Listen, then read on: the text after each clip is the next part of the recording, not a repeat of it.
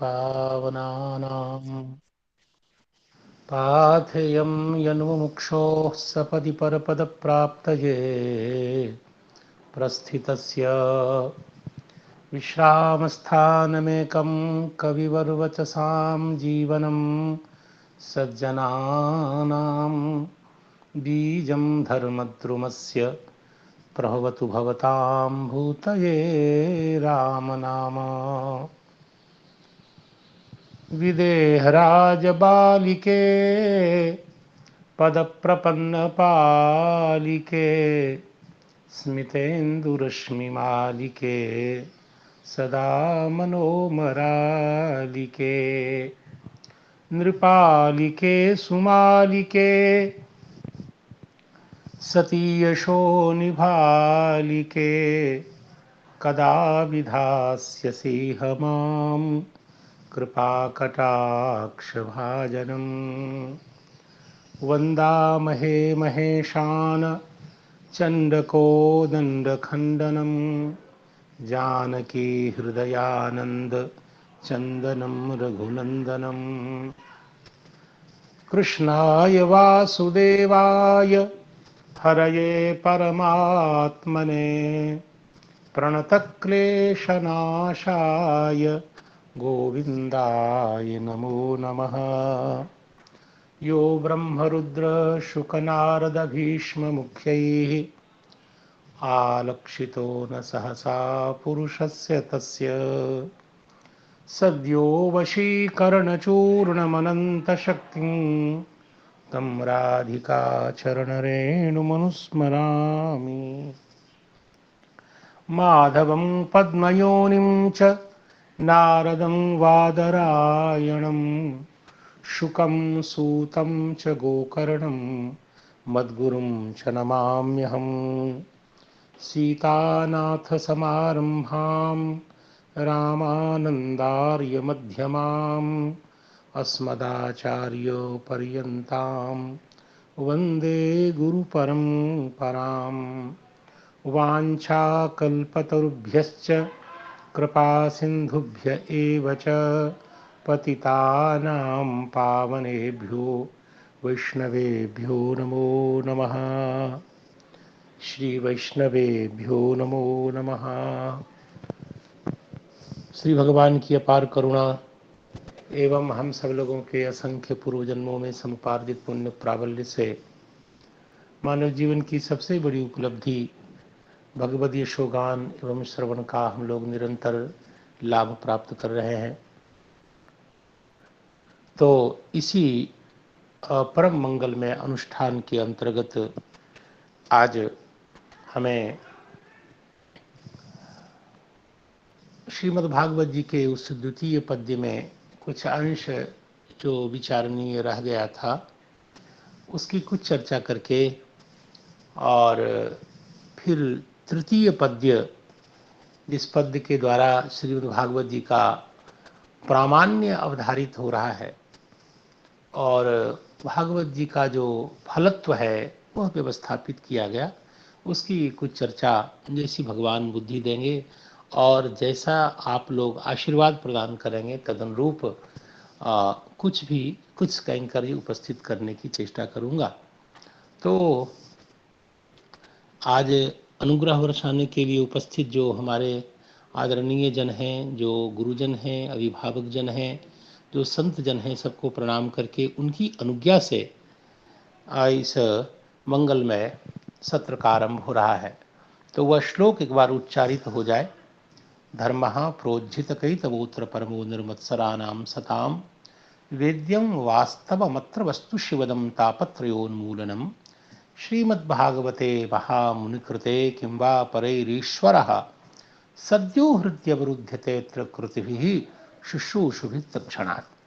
तो इस पद्य को आश्रित करके श्री विश्वनाथ चक्रवर्ती पाद महाराज की जो मंगल में टीका प्रवृत्त हुई, उस टीका में अनेक अनेक विचारणीय अनेक अनेक ग्राह्य वस्तु का निर्देश किया गया, जिसमें जो एक दो बातें आज थोड़ी विचारणीय हैं। एक तो वस्तु तत्व का निर्देश जो वेद्यतया वहाँ किया गया, और वह वस्तु श्री माध्व गौड़ेश्वर परंपरा की जो दार्शनिक भूमि है उसके आधार पर वस्तु, यह जगत भी वस्तु है।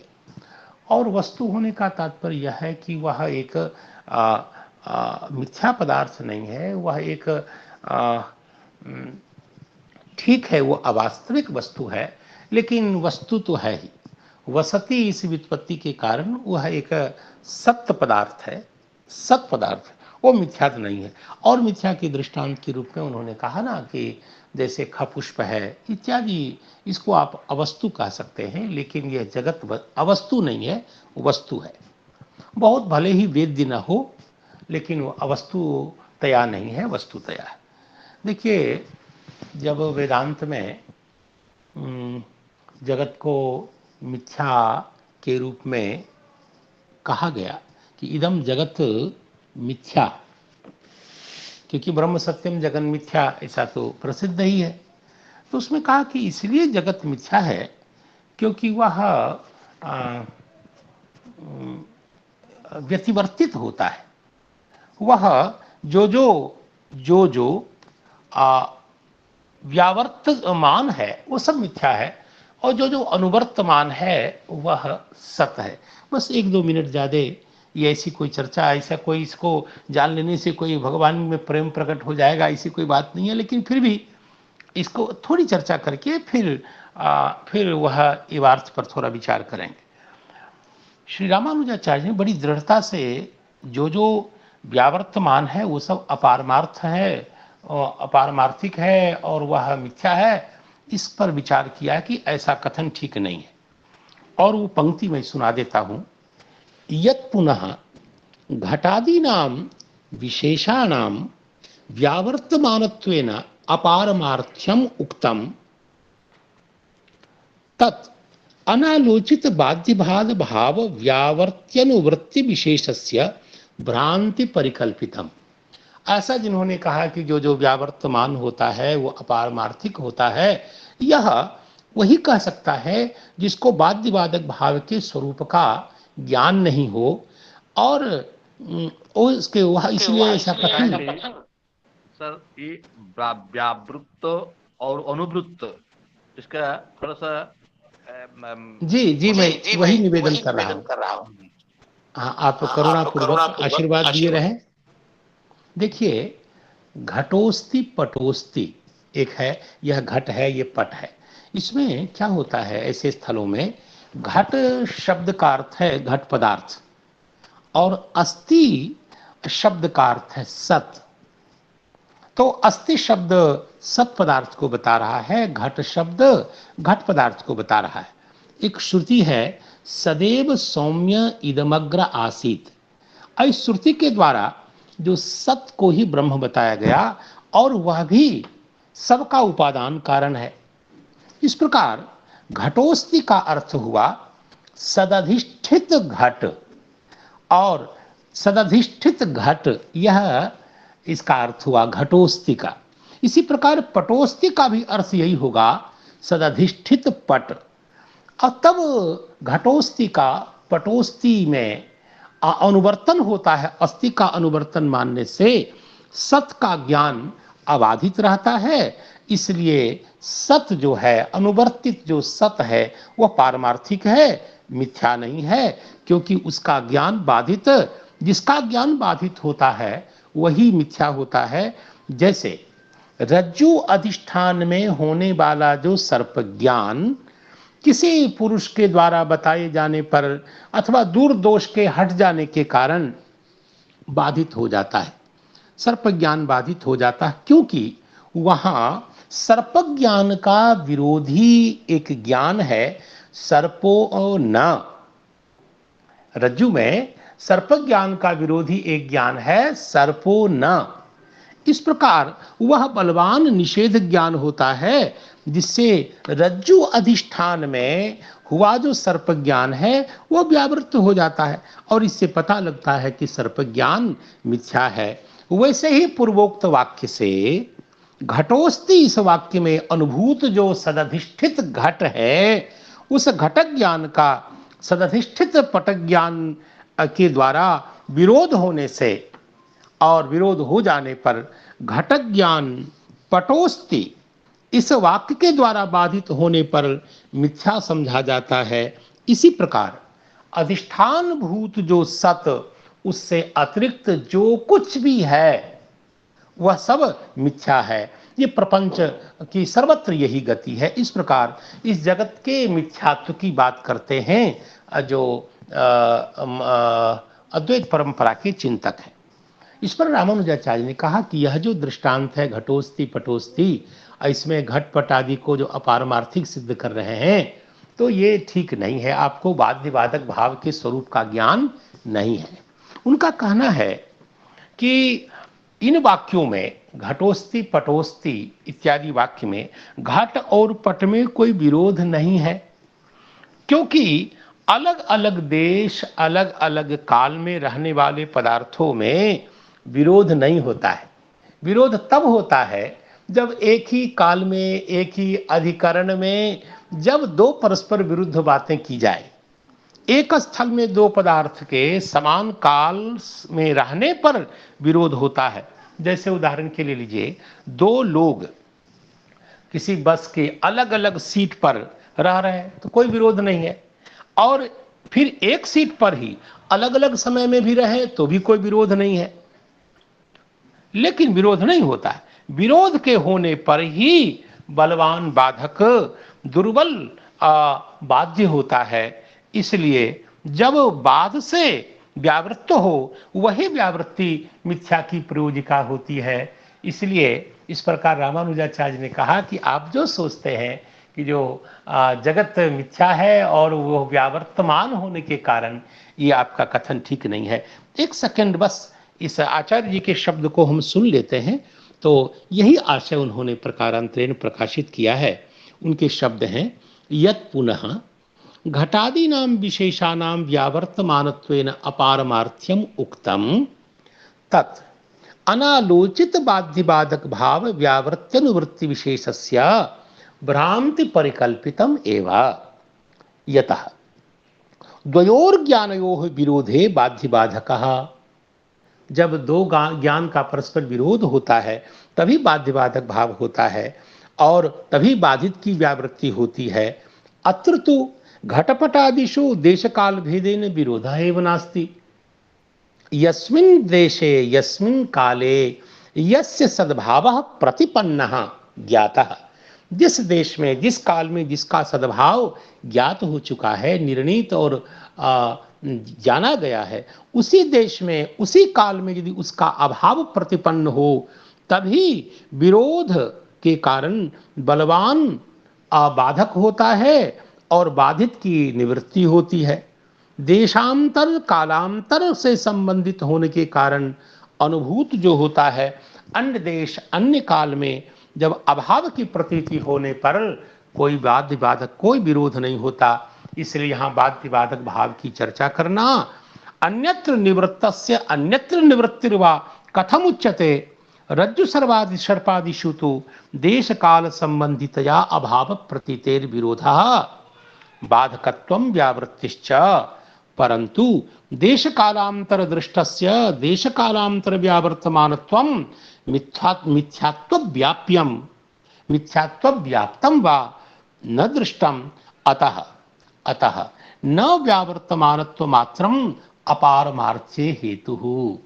तो इस प्रकार जो अद्वैत चिंतन में जगत के मिथ्यात्व की जो बात कही, जगत के अवस्तुत्व की बात कही, वो शास्त्र के दृष्टि से वैष्णवाचार्यों ने उसे महत्व नहीं दिया। अब इसकी चर्चा करने के बाद, यद्यपि यह भगवान की कथा में मंगलमय चरित्र में इसके कोई ज़्यादा महत्व नहीं है, लेकिन यह जो एक पंक्ति अंतिम में छूट गई थी वो ये छूटी थी कि यहाँ जो इस श्लोक में 3 बार जो अत्र अत्र अत्र का उपन्यास किया गया और ये त्रिह जो आवृत्ति हुई, त्रिह जो उक्ति हुई, यह उक्ति निर्धारण के लिए है। इसलिए उनका मंगलमय वचन है तथा अत्र अत्रेति पदस्य त्रिह उक्ति ही निर्धारणार्था। अत्र ईश्वरः अवरुध्यते, अत्र अत्रैव ईश्वरः अवरुध्यते, नान्यत्र, अत्रैव वास्तवं वस्तु वेद्यम नान्यत्र, अत्रैव प्रोज्झित कैतवो धर्मः नान्यत्र।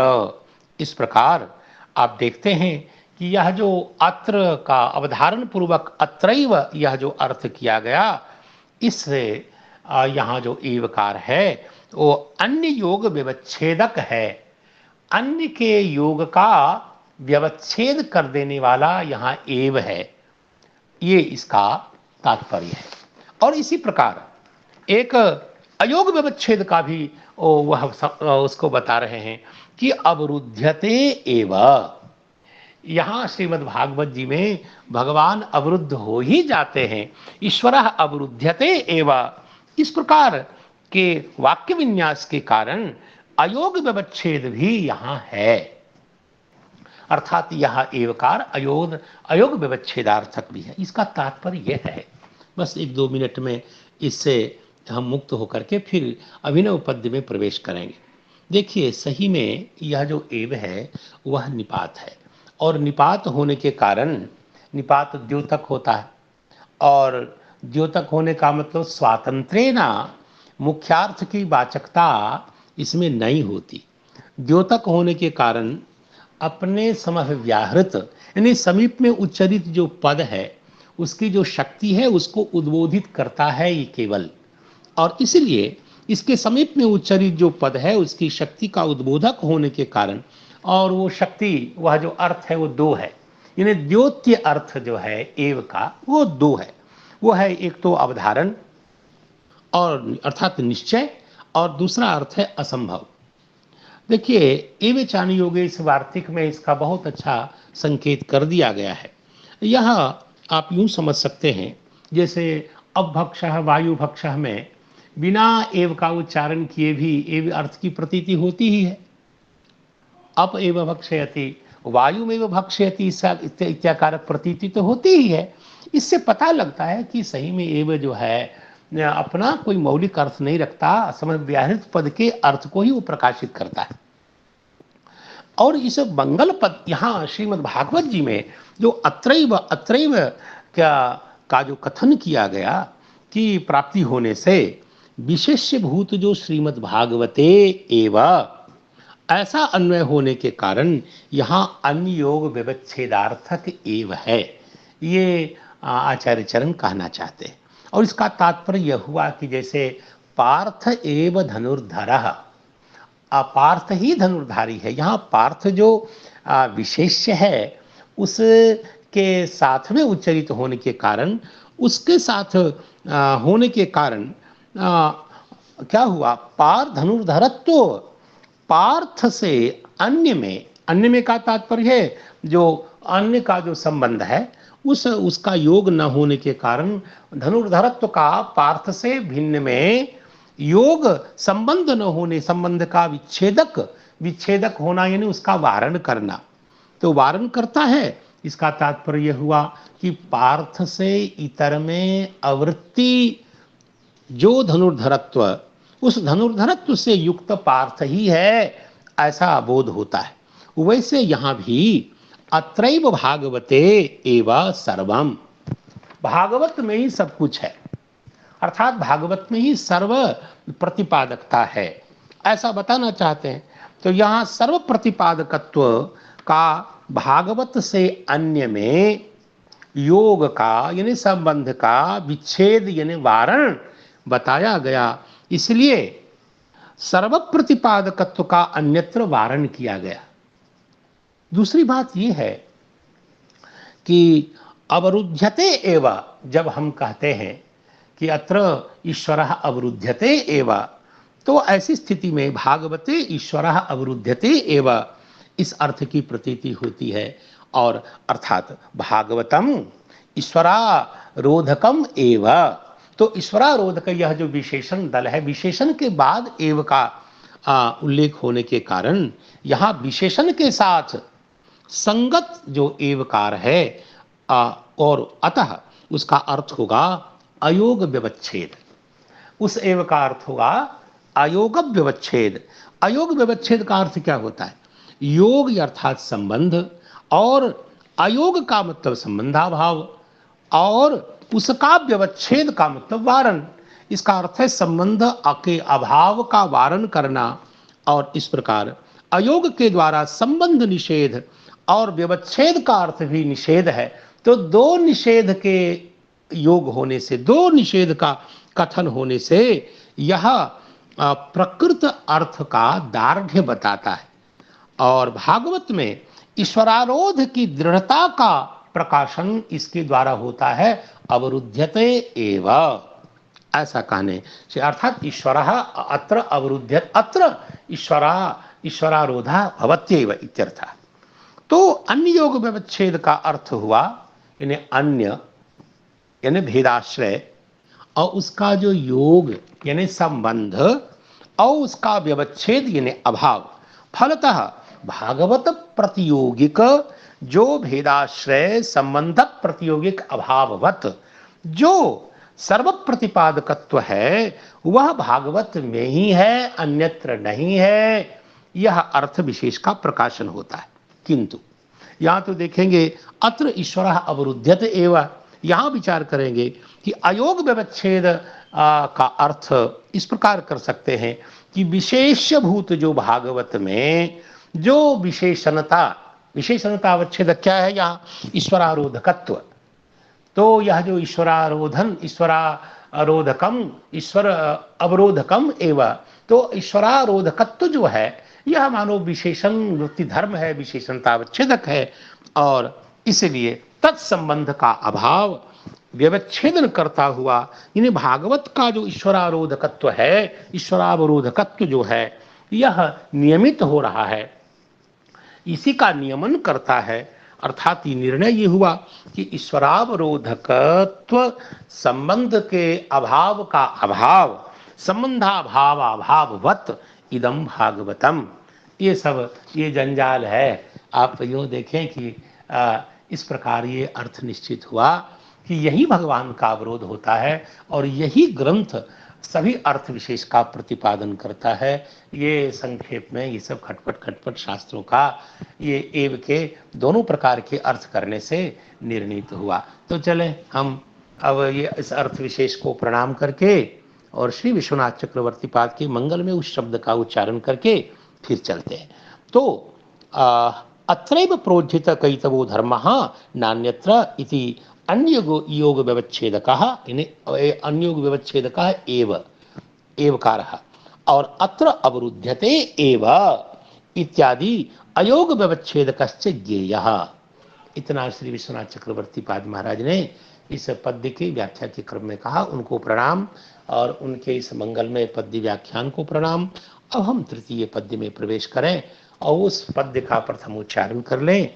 और कितना सुंदर पद्य है ये। अभी प्रायः जिसको कुछ भी नहीं आता है वो भी ये श्लोक जरूर जानता है। बहुत ही ललित और प्रसिद्ध श्लोक है। निगम कल्पतरोर गलितम फलम शुकमुखादमृत द्रव संयुतम पिबत भागवतम रसमालयम मुहुरहो रसिकाः भुवि भावुकाः। यहाँ सबसे पहले श्रीधर स्वामी जी महाराज ने जो व्याख्यान किया है, इस व्याख्यान को हम सब मिलकर के प्रणाम करेंगे, उसको थोड़ी समझने की चेष्टा करेंगे। अर्थ यही है कि आप सब हे रसिकाः, हे भावुकाः, भागवतम रसम मुहुः पिबत। इस मंगल में भागवत रस का खूब पान करिए, बार बार पान करिए। ऐसा मूल विधियांश इतना है कि भागवतम पिबत, भागवतम रसम पिबत, भागवत रस का पान करिए, बार बार पान करिए। अब इस पद्य की व्याख्या करते हुए श्री श्रीधर स्वामी जी महाराज कहते हैं इदानीम तो न केवलम सर्वशास्त्रेभ्यः श्रेष्ठत्वात् अस्य श्रवणं विधीयते अपितु सर्वशास्त्र फल रूपम इदम अतः परमादरेण सेव्यम इत्यादि इत्याह निगमेति। इस श्लोक की अवतरणिका संगति बताते हुए कहते हैं कि पहले इदानीम, अब हमने ध्येय का निर्धारण कर लिया और श्रीमद् भागवत जी की सर्वश्रेष्ठता का प्रतिपादन कर लिया। लेकिन इतना ही नहीं है, इदानीं तो केवलं सर्वशास्त्रेभ्यः श्रेष्ठत्वात् अस्य श्रवणं विधीयते। यह जो पिबत में जो जिस लोट लकार का दर्शन हो रहा है, यह लोट लकार देखिए लोट लकार विधिलिंग के अर्थ में ही होता है। इसलिए क्या हुआ, विधि निमंत्रणामंत्रणाधीष्ट संप्रश्न प्रार्थनेषु लिंग, अब कहते ही तत्काल बाद कहा लोट च, अर्थात जिस अर्थ में लिंग होता है उन सकल अर्थों में लोट लकार भी होता है। ये जो जिनको संस्कृत का ज्ञान नहीं है वो लोग कहते हैं कि आज्ञा में लोट होता है और चाहिए के अर्थ में लिंग होता है। ये सब बच्चों को समझाने के लिए तो ठीक है, लेकिन शास्त्र की दृष्टि से ये बात सही नहीं है। आज्ञा उज्ञा कोई मतलब नहीं। जिस अर्थ में लिंग लकार का विधान भगवान पाणिनि ने किया, उस सभी उसी अर्थ, उन सकल अर्थों में प्रवर्तना आदि सभी अर्थ लोट का भी है। और यहाँ जो पिबता में लोट का प्रयोग हुआ, यह बताता है विधि की ओर निर्देश कर रहा है, प्रवर्तना के लिए प्रवृत्त है। और इसलिए श्रीधर स्वामी जी कहते हैं अस्य श्रवणम विधीयते, इसका श्रवण विहित है, विधान किया जा रहा है उसका।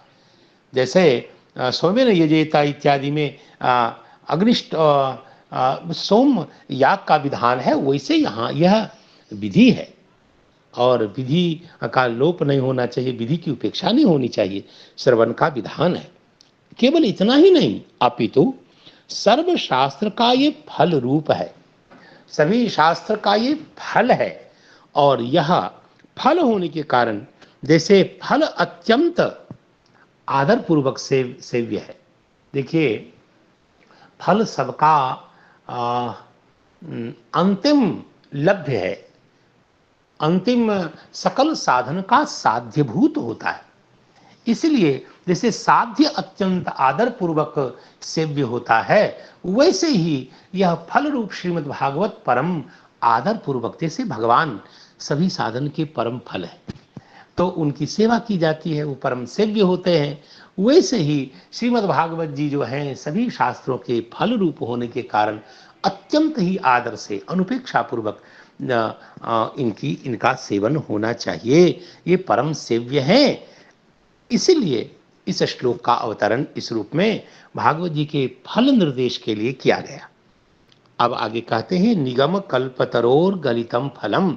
यह जो निगम कल्पतरोह यह अंश है, इसके समास आदि के विवेचन के मुख से समझाते हैं। निगमः वेदः एव कल्पतरुः निगम कल्पतरुः। निगम कल्पतरु में कैसा समास है, तो कहा निगमः एव कल्पतरुः, तो निगम का अर्थ बता दिया। निगम का अर्थ क्या है, तो निगम है वेदः, निगमः वेदः। कहा कैसे पता लगा निगम का अर्थ वेद है, कहा नितराम गमयति इन्हें बोधयति इति निगमः। तो भाई बोधयति, तो ये निगम किसका बोध कराता है, कहा धर्मादि जो चतुर्विध पुरुषार्थ है उनके साधनों को जो बताता है, निगमयति बोधयति इति निगमः। इस प्रकार निगम जो है वेद अर्थ को प्रकाशित करता है, ये रूढ़ भी है, ये केवल योग और लब्ध अर्थ नहीं है, निगम का अर्थ है वेद। तो निगमयति इति निगमः वेदः, और निगमः एव कल्पतरुः। कल्पतरुः तो प्रसिद्ध ही है, इसकी भी व्युत्पत्ति है, कल्पितम राति, इस प्रकार व्युत्पत्ति से यह अर्थ लभ्य होता है। तो कल्पतरु वृक्ष जो स्वर्ग में प्रसिद्ध है, सभी इच्छाओं की पूर्ति करने वाला वह वृक्ष। तो निगमः एव कल्पतरुः, तो कहा निगम का कल्पतरु तो आपने कैसे कह दिया। किसी को हम कुछ जब बताते हैं, किसी को उद्दिष्ट करके किसी का जब हम विधान करते हैं या किसी के स्वरूप का निर्धारण करते हैं तो कोई हेतु तो देते हैं। कहा इसलिए निगम कल्पतरु है क्योंकि सर्व पुरुषार्थोपायत्वात्, यह वेद जो है सकल पुरुषार्थों का उपाय है। सर्व अर्थ धर्म काम मोक्ष, यह जो सकल सर्व पुरुषार्थ है और उसका उपाय, उसका साधक होने के कारण इसे निगम वेद को हम कल्पतरु कहते हैं। जैसे कल्पतरु सब कुछ देता है, वैसे वेद भगवान भी सकल पुरुषार्थों के साधन को बताते। वेदयति सर्वविध पुरुषार्थान, जो दृष्ट अदृष्ट जो भी इष्ट प्राप्ति अनिष्ट उपाय को बताते हैं वो भगवान वेद हैं। तो वेदयति अर्थात इष्ट प्राप्ति अनिष्ट की निवृत्ति का उपाय जो समझाते हैं उन्हीं को तो हम वेद कहते हैं। तो इस प्रकार तस्य फलम भागवतम नामा, वह वेद रूप जो कल्प वृक्ष हैं उनका जो फल है, उस कल्पतरु का जो फल है वही भागवतम नाम। ये नाम पद कितनी प्रसिद्धि को बताने के लिए नाम जो निपात है, अर्थात ये भागवत जी जो हैं वेद रूप कल्प वृक्ष के फल हैं। कहा ठीक है, तो कहा ये वेद रूपी कल्प वृक्ष में फल हैं तो यहां कैसे आ गया, वह फल यहां कैसे, जहां वृक्ष होगा वहीं तो फल रहेगा, जहां वृक्ष है वहीं फल रहेगा। आखिर वृक्ष से यदि फल कहीं अन्यत्र दिख रहा है तो कोई न कोई उसका उपस्थापक होगा, कोई लाने वाला होगा।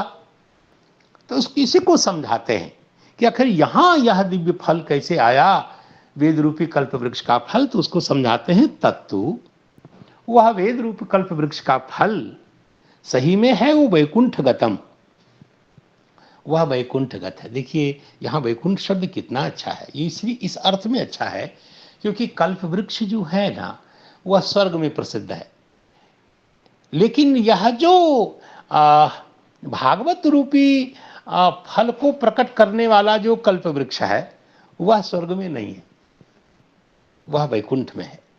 मानो इस अर्थ को प्रकाशित करने के लिए कहते हैं क्योंकि यह फल प्रकट होता है वैकुंठ में, इसलिए कहते हैं कि वैकुंठ गतम फलम, भागवत रूपी फल को प्रकट करने वाला जो कल्प वृक्ष होगा वो स्वर्ग में कैसे रह सकता है।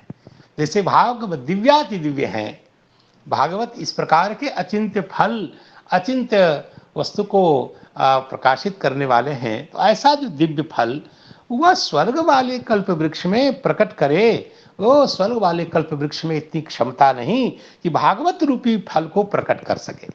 इसीलिए कहते हैं कि वैकुंठ गतम, वह जो कल्प वृक्ष, तो वह फल नारदेन आनीय मह्यम दत्तम।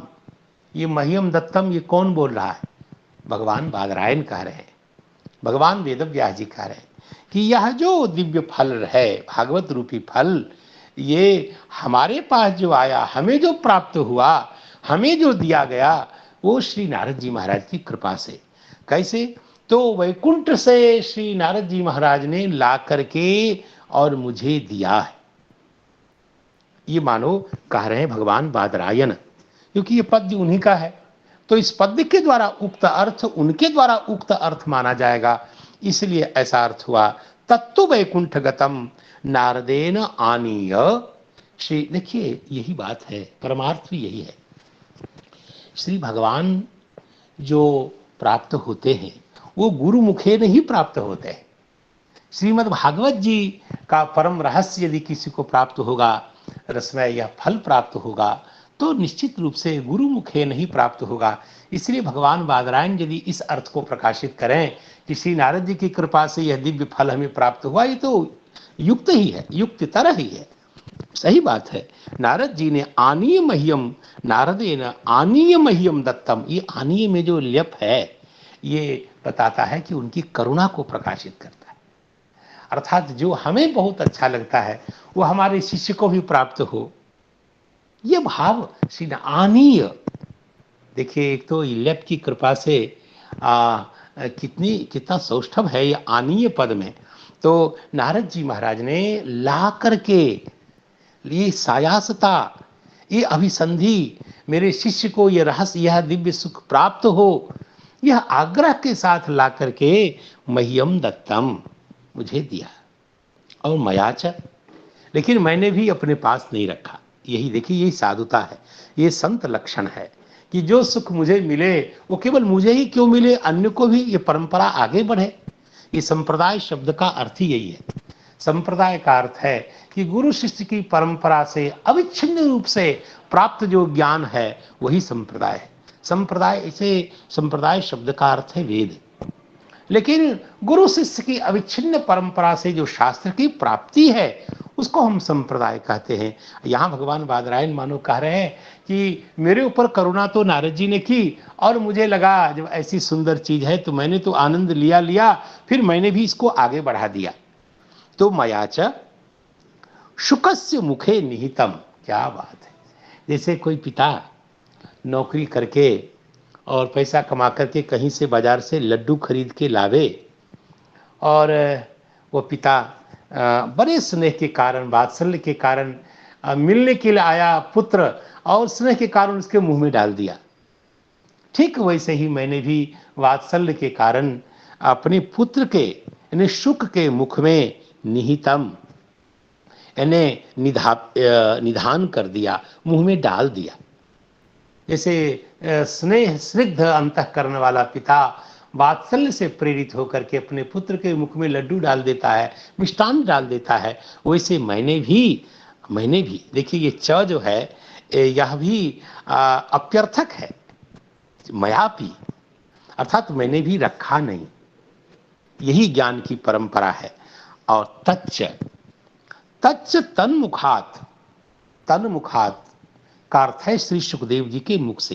तत्पद से आप श्री सुखदेव जी का परामर्श करिए। श्री भगवान सुखदेव जी के मुख से भुवि गलितम, धरती पर वही दिव्य फल गिर गया। गलितम का यहाँ जो अर्थ है वो गलितम का अर्थ किया अवतीर्णम। चूंकि यह भागवत जी हैं तो अवतीर्णम ऐसा प्रयोग किया।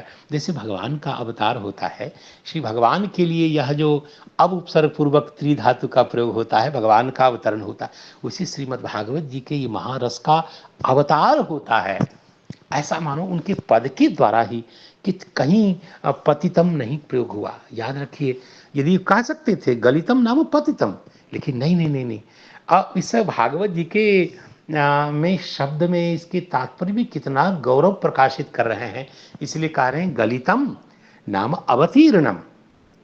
तो अवतीर्णम तो ठीक है, तो कैसे अवतीर्णम, आखिर अवतरण कथम अवतीर्णम, तो उसका क्रम बता रहे हैं। का शिष्य प्रशिष्यादि रूप पल्लव परंपराया अवतीर्णम। जैसे शिष्य प्रशिष्य मुख से ब्रह्मा बृहस्पतये प्रोवाच बृहस्पति इंद्राय इंद्रो भरद्वाजाय भरद्वाज ऋषिभ्यः ऋषियो ब्राह्मणेभ्यः। यह एक क्रम होता है। किसी विद्या को भूमंडल तक आने का जो क्रम होता है, वो शिष्य प्रशिष्य न्याय से ही वह विद्या आगे बढ़ती है। ठीक उसी बात को कह रहे हैं कि शिष्य प्रशिष्य रूप पल्लव परंपरा। ये पल्लव बीच में कैसे आया, कहा चूंकि यह एक कल्पतरु है और कल्पतरु का यह गलित फल है, तो फल जब ऊपर से नीचे गिरता है तो स्वाभाविक है कि एक पल्लव दूसरे पल्लव पे पल्लव स्पर्श करता हुआ और धीरे टच करता करता करता नीचे आता है। सहसा कोई उछल करके आ जाता हो, ऐसा नहीं होता। इसलिए इस शिष्य प्रशिष्य को यहाँ पल्लव रूप में मानते हुए, जैसे ज्ञान की परंपरा शिष्य प्रशिष्य विधया आगे बढ़ती है, वैसे फल जब गिरेगा तो शिष्य प्रशिष्य रूप पल्लव की परंपरा से आएगा। वैसे ये यहाँ अवतीर्ण हुआ। शनैहि अखंडमेव अवतीर्णम, क्या बात है। ये फूटा नहीं कि यह आशंका हो सकती है कि सुंदर जो फल जब होए है कभी कभी गिरता है तो धरती पर आकर के वो फट जाता है, फूट जाता है, क्या वैसा कुछ हुआ क्या? कहा नहीं, ऐसी कोई आशंका नहीं है। शनैहि, जब धीरे धीरे धीरे कुछ आता है तो उसके टूटने फूटने की संभावना बहुत कम हो जाती है। शनैः अवतीर्णम, धीरे धीरे गिरा है और इसीलिए यह अखंडमेव अवतीर्णम, एकदम सही सही बिना टूट फूट के अविकल उसी रूप में यह अवतीर्ण हो गया। न तो उच्च निपाते ना, क्या बात है। दूरी तो आप देखिए ना, जब वैकुंठ कह दिया और ये भूमंडल है, कहाँ वैकुंठ है, तो स्वाभाविक है कि जिस ढंग से दूरी का निरूपण हुआ तो उच्च निपाते ना, बहुत ऊंची जगह से गिरने के कारण फूटने की पूर्ण आशंका थी। इतनी दूर से कोई गिरेगा तो निश्चित ही फूटेगा, कोई पदार्थ बहुत दूरी से गिरा दिया जाए तो निश्चित ही उसमें विभाग होगा, वह छिन्न भिन्न होगा। लेकिन यहां ऐसा कुछ नहीं हुआ। न तो उच्च निपाते न स्फुटितम, यह स्फुटित नहीं हुआ, विकल नहीं हुआ, अपितु अखंडमेव अवतीर्णम इत्यर्थः। ये अर्थ मूल का यहां तक जैसा भी संभव हुआ आप सबों की कृपा से प्रकाशित किया गया। ये तच्च, जहां भी थोड़ी गड़बड़ी हो जाए और मैं थोड़ा विपरीत दिशा में चला जाऊं तो आप सब गुरुजन हमें संभाल लें। इस विनम्र प्रार्थना के साथ मैं आगे बढ़ रहा हूं। खूब अच्छा होता है, ठीक है, खूब अच्छा जी, है। कृपा कृपा कृपा, आपकी कृपा। और इसमें किसी की कृपा अभी तो नहीं दिख रही है, आपकी कृपा ही स्पष्ट दिख रही है। तो एतच्च एतच्च भविष्यदपि भूतवन् निर्दिष्टम। जी बहुत जी बढ़िया लगा। मुख का जी, साधना बहुत, हम तो मुख है, आप आपकी आस्वादन कृपा करते है। हैं। आप सब जो सुधी जन हैं, भक्त जन हैं, उनकी कृपा है। इसमें मेरा कहीं से कोई संबंध नहीं बन रहा है। तो एतच्च भविष्यदपि भूतवन् निर्दिष्टम, कहा कि देखिए भगवान बादरायण ये बोल रहे हैं। स्वाभाविक है कि भगवान शुक्राचार्य जी को वो बाद में देंगे और सुखदेव जी महाराज से आगे की परंपरा चलेगी। ये तो भविष्यत्कालिक बात है। और भविष्यत्कालिक बात को आप यह निगम तल कल्प तरोर गलितम फलम शुकमुखाद मृतद्रव संयुतम, इस रूप में आप कैसे कह रहे हैं? तात्पर्य है आप तो ही भागवत जी की रचना कर रहे हैं। रचना क्या, रचना से पहले अभी मंगलाचरण हुआ, अभी थोड़ा उस वस्तु के प्राशस्त्य का निरूपण हुआ और आप अभी उसके प्रामाण्य और उसके स्वरूप को बताने जा रहे हैं। तो अभी तो भागवत का क्रम आगे है। तो और भागवत पहले रचित हो जाए, बाद में फिर सुखदेव भगवान को आप देंगे, ये सब कथा तो आगे की है। लेकिन अभी तो आप पहले ही उसका निर्देश कर रहे हैं। तो जो भविष्यत वस्तु है, जो भविष्यत काल में होने वाला वृत्तांत है, कथानक है, उसको आप पहले कैसे बता पा रहे हैं? तो कहते भविष्यदपि भूतवत निर्दिष्टम। ये वैयाकरण को ये सारी बातें अभ्यास में है। जब वो मंगलाचरण करता है ना सिद्धांत कौमुदी का, वहीं वो इयम कैसे हुआ और इयम कौमुदी विरच्यते, इस समय खूब विचार करते हैं। तो ऐसा होता है। तो यहाँ तो वैसा कुछ नहीं है। जो भविष्यत्कालिक वृत्तांत है उसको यहाँ भूतकालिक वृत्तांतवत निर्दिष्ट किया गया। जैसे मानो ये सारी घटना पहले ही घट गई हो, मंगलाचरण के समय ही तो अभी ही सुखदेव जी को दे दिया गया और सुखदेव जी ने इस परंपरा को आगे बढ़ा दिया, शुकतुंड से संस्पृष्ट हो गया और वो मधुर हो गया। ये सारी बातें जो कालांतर में होने वाली हैं उनका निर्देश पहले ही भूतवत कर दिया। देखिए गलितम और अमृत द्रव संयुतम, शुक मुखाद अमृत द्रव संयुतम, और ये सारी चीजें तो बाद की हैं जिनको भूतवत यहां निर्दिष्ट करके बताया। क्यों, यही मुझे तो यही समझ में आ रहा है। आगे इसी को बता रहे हैं कि अनागताख्याने नैव शास्त्रस्य अस्य शास्त्रस्य प्रवृत्ते। क्या जो अनागत है, जो आगत है वो तो भूत हो गया, आ चुका है, और जो अनागत है जो अभी आया नहीं है यानी भविष्यत है। आगत तो आ चुका है, अनागत का मतलब जो आया नहीं है, जो आगे आने वाला है। तो अनागत के आख्याने नैव अस्य शास्त्रस्य प्रवृत्ते है। इस दिव्य शास्त्र की ये कह रहे हैं कि भूतवत निर्दिष्टम कथम, उसका हेतु बता रहे हैं इस शास्त्र की प्रवृत्ति से। क्योंकि शास्त्र की प्रवृत्ति किसके लिए है? इस शास्त्र की प्रवृत्ति, शास्त्र हो जाए और शास्त्र की प्रवृत्ति उन लोगों के लिए है जो आगे आएंगे। अनागत के आख्यान से ही इस शास्त्र की प्रवृत्ति होने के कारण यहाँ भूतवत निर्देश, भविष्यत पदार्थों को भी भूतवत निर्देश किया गया। यहाँ बहुत अच्छी रीति से टिप्पणीकार ने कुछ लिखा है। अब टिप्पणी का क्या मतलब, इसको हम देख लेंगे। हमें लगता है कि श्री आचार्य चरण हमें थोड़ा संभालें, इसी बहाने से उनके मुखकमल का दर्शन हो जाएगा, उनकी शब्द भी सुनने का अवसर मिल जाएगा। आचार्य नरोत्तम जी हमें संभालें यदि वो सुन रहे हैं। ये शायद पूर्व पक्ष ही है ये। हाँ है, लेकिन आप बता दें ये क्या है। मैं थोड़ा सा अन्यमनस्क हो गया था, एक बार पढ़िए ना। और हाँ, ये है अनागताख्याने नैव अस्य शास्त्रस्य प्रवृत्तेः। मुझे लग इस रहा है शास्त्र, ये भी पूर्व पक्ष ही है। हाँ उसका है। उत्तर आएगा। अच्छा आएगा तो नहीं अनागत महाराज जी, आख्यान से। जी गुरु जी, मैं ये सोचता हूँ कि जी जो जो अनागत आख्यान जैसे द्वादश स्कंद में भागवत में बताया गया कलयुग में ये होगा और ये होगा, ये सब अनागत आख्यान है। जी जी। अनागतानि यानी आख्यानानि तेषां हाँ प्रवृत्तये एव। मैं यही समझता हूँ भागवत जी में जी। जो जो भविष्य भविष्य की बात भी कहे गए हैं प्रामाणिक रूप से। कलयुग में हाँ कलयुग का धर्म संकीर्तन है, ये तो अनागत हाँ आख्यान है। तो हाँ इसलिए अनागत आख्यान को ही बताना, जो तो आगत ठीक है। अनागत आख्यानानां प्रवृत्तये एव।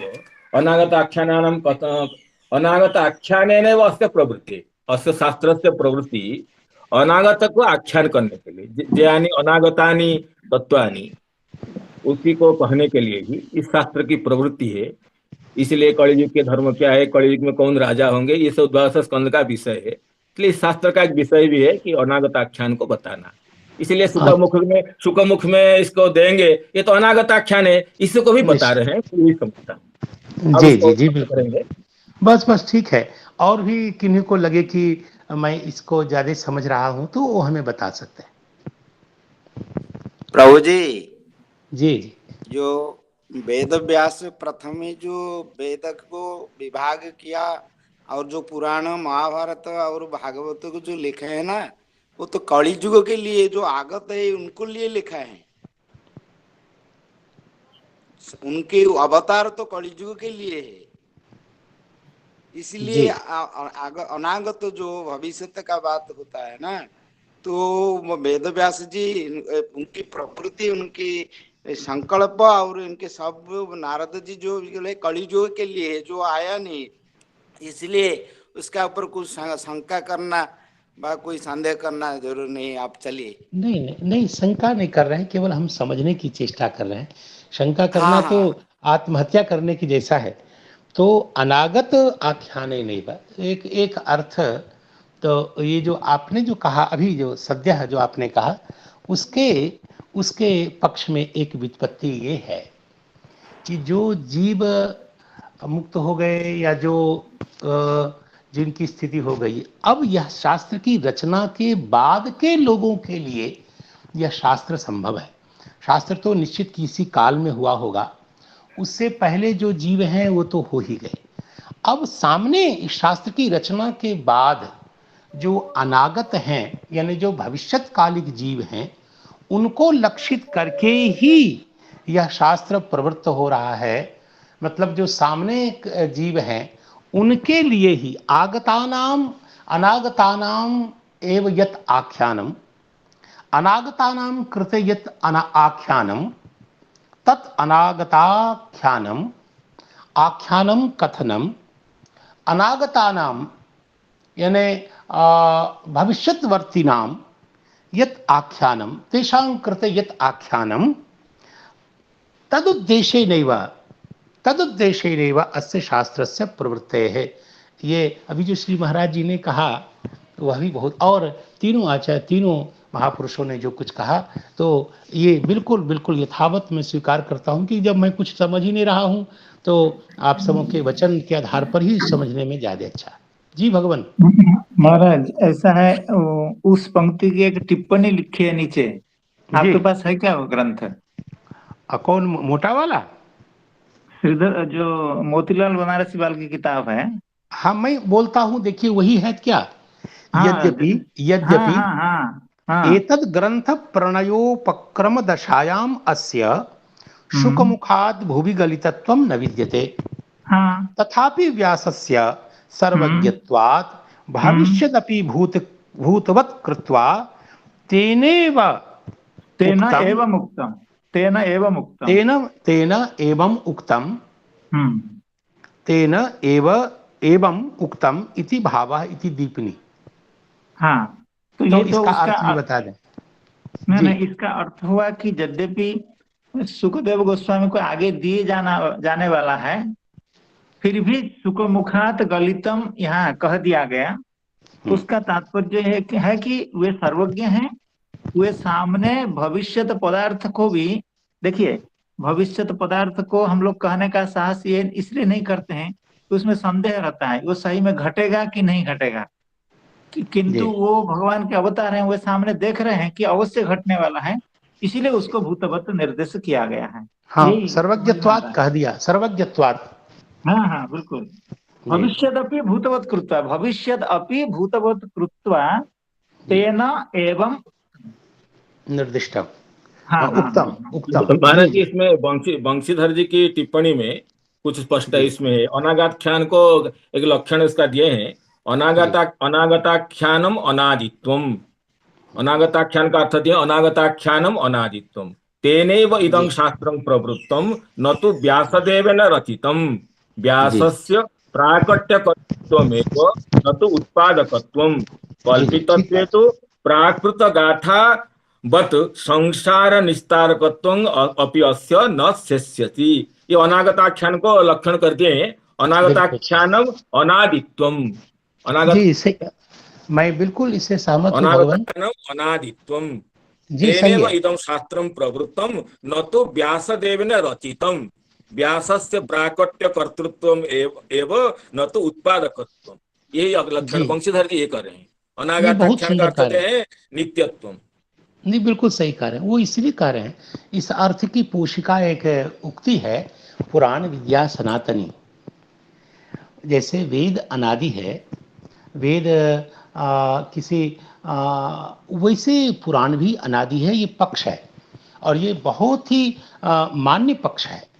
इसलिए जैसे वेद में तत्त राजाओं की कथा होने पर भी पूर्व कल्पीय कथा राजाओं की आख्यान मान करके प्रवाह नित्यता की दृष्टि से हम उस आख्यान को देख करके भी हम उसको अनादि मानते हैं।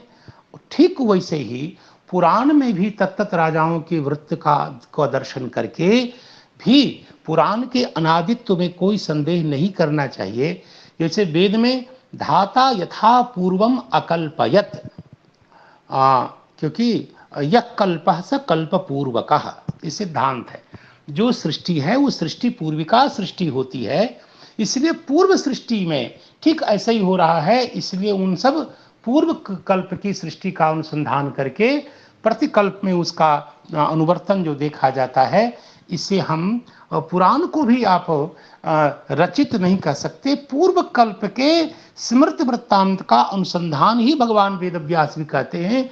जैसे वेद भी ईश्वर रचित नहीं है और वेदार्थ का चिंतन ईश्वर करके और वेद को प्रकट करते हैं, वैसे भगवान बादरायण भी पुराण की रचना नहीं करते, अर्थात पूर्व पुराण के विषय का अनुसंधान करके उसे प्रकाशित ही करते हैं, उसे प्रकट ही करते हैं, रचना नहीं करते। मुझे लगता है शायद ऐसा ही कुछ आप भगवान कहना चाह जी, रहे हैं। वंशीधर जी का यही अर्थ है जी अनागताख्यानम अनादित्वम। और जी आगे जी देते भगवान। हैं कि कृतवान द्वापर स्यांते इत्यादि करणम प्राकट्य करणम इत्येवम। करण का अर्थ भी जी जी प्राकट्य करणम है। इसलिए जी अनागताख्यान का एक पारिभाषिक अर्थ देते हैं अनादित्वम। अनादित्वम जी का ही जी अर्थ जी लिख रहे हैं अनागताख्यानम। जी तो भगवान, इसमें बिल्कुल अभी सही। व्युत्पत्ति कुछ करना पड़ेगा। अनागताख्यान का अनित्य नित्य के अर्थ में कुछ विग्रह बनाना पड़ेगा। हाँ, वो बन जाएगा। वो तो आप लोग जानते हैं, वैयाकरण है, यही सब तो हम लोग रोजगार करते हैं और तो हम लोग कुछ करते नहीं नहीं। नहीं, आप उसको और थोड़ा स्पष्ट करें। अनागताख्यानम नित्यम, अनागताख्यानम अनादित्वम। तो अनागतम आख्यानम यश्य क्या क्या करेंगे उसका विग्रह। हाँ, ऐसे कर लेंगे। आगतम आगतम आगतम नाम उत्पन्नम, हाँ, जिसका अनागतम दस्य नाम आख्यानम न अनुत्पन्नम, अनुत्पन्न। अनुत्पन्नम नाम अनादि। हाँ, तद यही व्याख्या करें ऐसा कुछ अनागताख्यानम अनादित्वम, आगतम यही व्याख्या। आगतम नाम जातम, हाँ, अनागतम नाम अजातम नाम नित्यम अनादि। नित्यम तदेव। हाँ, तदेव तदेव ऐसा समीचीनम। कुछ कर, बहुत वो तो आप लोग बहुत सुंदर। जानते हैं कि यही सब हम लोग बहुत का सुंदर। रोजगार है कोई। नहीं नहीं, बहुत वंशीधर जी की जो टिप्पणी है उससे और जी स्पष्ट हो गया। हम तो कुछ जी आप भगवान। मन से बोल रहे थे नहीं और नहीं, आपने सही बहुत यथार्थ। दिग्दर्शन दिए, बहुत तो सुंदर। भगवान आगे बढ़े तो भगवान की कृपा से तो अगली जो पंक्ति है, अतएव अमृत रूपेण द्रवेण। प्रभु जी, जी प्रभु जी, मेरा एक निवेदन है जी। कि व्यासदेव जब लिखे हैं सुख परीक्षित संवाद के बाद लिखे हैं ना। नहीं नहीं, बाद जब बाद में कैसे लिखेंगे, पहले से ही लिखे हैं महाराज जी, पहले से ही, कैसे? जब पहले से ही लिखे, इसीलिए तो कह रहे हैं कि भविष्य को भूत जैसे को बता रहे हैं। सुखदेव नहीं जी को बाद में स सुखदेव जी कहेंगे उसी विषय को भविष्य विषय को भी भूत जैसे कह रहे हैं, यही तो तात्पर्य है। नहीं नहीं नहीं, भगवान, जब एक श्लोक है, एक जब श्लोक है व्यासदेव भागवत जी ने का। लिखा है, जब एक व्यासदेव ने शुरू किया लिखने के लिए, उसी टाइम सुख परीक्षित संवाद और नैमिषारण्य में सूत मुनि का जो संवाद इनके बाद लिखा है ना। नहीं भगवान, मैं थोड़ा निवेदन करूं, एक बाल चापल्य करूं। स संहितां भागवतीं कृत्वानुक्रम्य चात्मजं शुकमध्यापयामास निवृत्ति निरतम मुनि। तो रचना के बाद भगवान वादरायण ने सुखदेव जी को पढ़ाया, ये ऐतिह्य की दृष्टि से व्याख्यान है। ऐसे जब हमने अनादि मान लिया है, जब ने, तो फिर इस पौर्वापरि में कोई ज़्यादा संदेह की बात नहीं है। जो भगवान वादरायण ने रचना की है उससे पहले भी एक बार भगवान वादरायण सुखदेव जी को सुना चुके हैं। जब हम प्रत्येक लीला की बार बार आवृत्ति मान रहे हैं, प्रतीक यह कल्प सब कल्प पूर्वक, तो ऐसी कोई चीज नहीं है जो प्रथम प्रथम बार हुई हो और उसके आधार पर हम पौर्वापरि निर्धारित करें। इसलिए पहले भी जब भगवान बादरायण इस दिव्य ग्रंथ को की रचना कर रहे हैं, रचना वाली बात ही अब वो नहीं हो गई, अब तो प्रकट हो रही है। पूर्व जो भागवत प्रकाशित है उसी भागवत को पुनः भगवान बादरायण प्रकाशित करते हैं।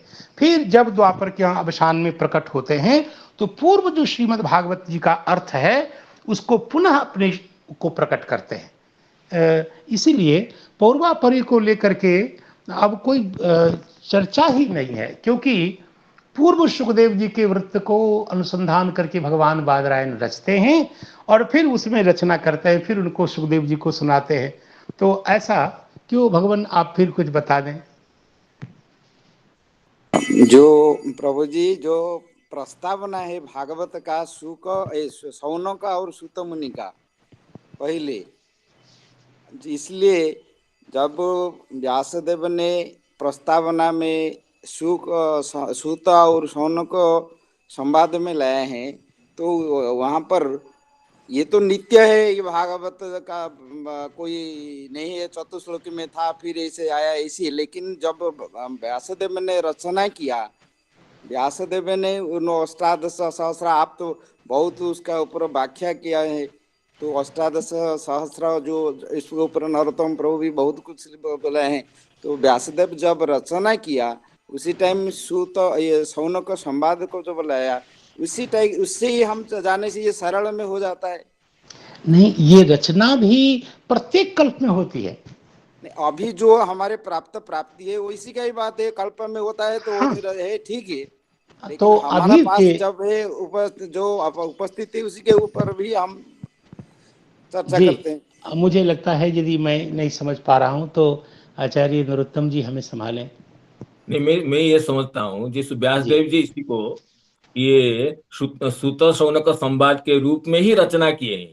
सुत शौनक जबकि वो बहुत आगे होगी, फिर भी सुत शौनक संवाद जिसके अंतर्गत है शुक परिचित संवाद, उसी रूप में ही व्यासदेव जी ने सुत शौनक संवाद तदंतर्भूत शुक परिचित संवाद के रूप में इसी को रचना किए हैं। इसलिए कहे तो कि भविष्य को भूतवत बता रहे हैं ना, इसलिए यही तो बात। एतच्च भविष्यदपि भूतवद निर्दिष्टम इदम भविष्यद वर्तते। सुखदेव जी को भविष्य में कहा जाएगा, फिर भी इसको भूत की तरह कह रहे हैं। इसका अर्थ है कि सुखदेव व्यासदेव जी सुत शौनक संवाद के रूप में ही रचना किए हैं और सुख परिचित संवाद के रूप में रचना किए हैं। तो ये नहीं कि व्यासदेव जी कुछ रचना किए थे बाद में फिर वो अलग हुआ, ऐसे नहीं। और टीकाकार आगे स्पष्ट भी करेंगे, व्यासदेव हाँ जी जी इसी बिल्कुल को बिल्कुल। शुक परीक्षित संवाद के रूप में व्यासदेव जी रचना किए हैं। ये टीकाकार हिमांत चक्रवर्ती पाद भी इसको आगे स्पष्ट जी करेंगे। जी जी आद्य से जन्माद्यस्य से लेकर के श्री सुखदेव जी परीक्षित जी को कहें। जन्माद्य यद्यपि परीक्षित जी का आगमन बाद में होता है, लेकिन सुखदेव जी परीक्षित जी को जन्माद्यस्य से लेकर नाम संकीर्तन जस्य सर्वपाप प्रणाशन वहां तक सुखदेव जी बताए हैं परीक्षित जी को। जब इसको जी समन्वय करने में साधारण मानसिक बुद्धि में संभव नहीं है, फिर भी जी ये अचिंत्य कृपा से संभव इसको हो सकता है। सुखदेव जी नहीं, हाँ, जब इसलिए ये हमने तो जी जी बताइए। जब हमने बादरायण भगवान को सर्वज्ञ मान लिया जी जी और भविष्यत कालिक सारे वृत्तांत को करामलगबत देख रहे हैं, वर्णन कर रहे हैं, तो फिर काल संबंधी पूर्वापरि की कोई समस्या ही नहीं। तो सभी आनुपूर्वी भागवत जैसा आपने कहा वो सही है, जन्माद्य से लेकर के और वहां तक आनुपूर्वी भागवत की रचना एक साथ हुई है, इसमें पूर्वापरि संबंधी कोई बात नहीं। ठीक है, तो मुझे लगता है अब तो समय ही हो गया, जी तो जी जी बिल्कुल, इसको बस फिर आगामी दिवस में श्लोक श्लोक बोल करके बिल्कुल और बहुत फिर बिल्कुल हम इसको संपन्न करते हैं। निगम कल्पतरोर गलितम फलम शुकमुखाद मृत द्रव संयुतम पिबत भागवतम रसमालयम मुहुरहो रसिकाः भुवि भावुकाः। तो गुरुजनों को आज थोड़ा विचार कम हो पाया, उन सकल गुरुजनों को प्रणाम करता हूँ जिनकी कृपा से मेरी सत्ता स्थिति स्फूर्ति सब कुछ है, और कार्तज्ञ निवेदन करता हुआ भगवान नाम संकीर्तन करता हुआ उपरत होता हूँ। हरे कृष्णा कृष्णा कृष्णा हरे हरे, हरे राम राम राम हरे हरे।